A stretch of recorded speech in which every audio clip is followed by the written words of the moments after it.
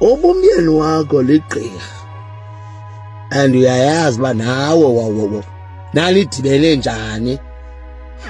Wawubizwe lithongo kulo mzi, uyazi kakuhle uba wawubizwe lithongo kulo mzi, kodwa ke yahamba wade wayinkosikazi yalo mfo.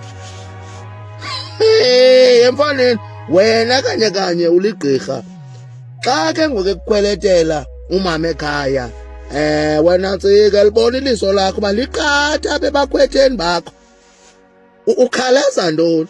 Yintoni uyikhalazayo kodwa uyayazi uba nawe wamfumene njani lo mfazi? Hayi khawutsho tyhini. Sandeva indoda ethi wena Ntsika ithi hayi ewe ndikuphuphile tata, kwavela wena uba undenzela lo mntu. Hayi soyingabafazi, yi-vice versa nase. Oyindoda uphupha umntu ongumama, ongumfazi uphupha umntu ongutata.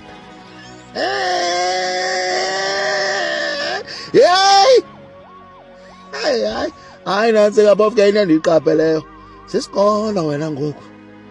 Wabugqirha obo sisikolo phofu, ndityela umntu uyafundiswa. Hayibo, fundisa uncane, hayi nguncane omhlophe lo ngobomvu lona usebenza kwinto ethile. Hayibo, malivuke nawe mfondini nento uhambe uyozombela amayeza ngokwakho.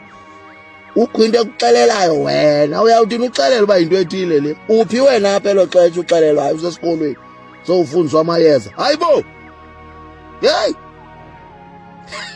akanxili nala magqirha. Hayibo, amagqirha thina anganxila kangaka. Tyhini, ndithi apho niwathande khona amadoda. Yho.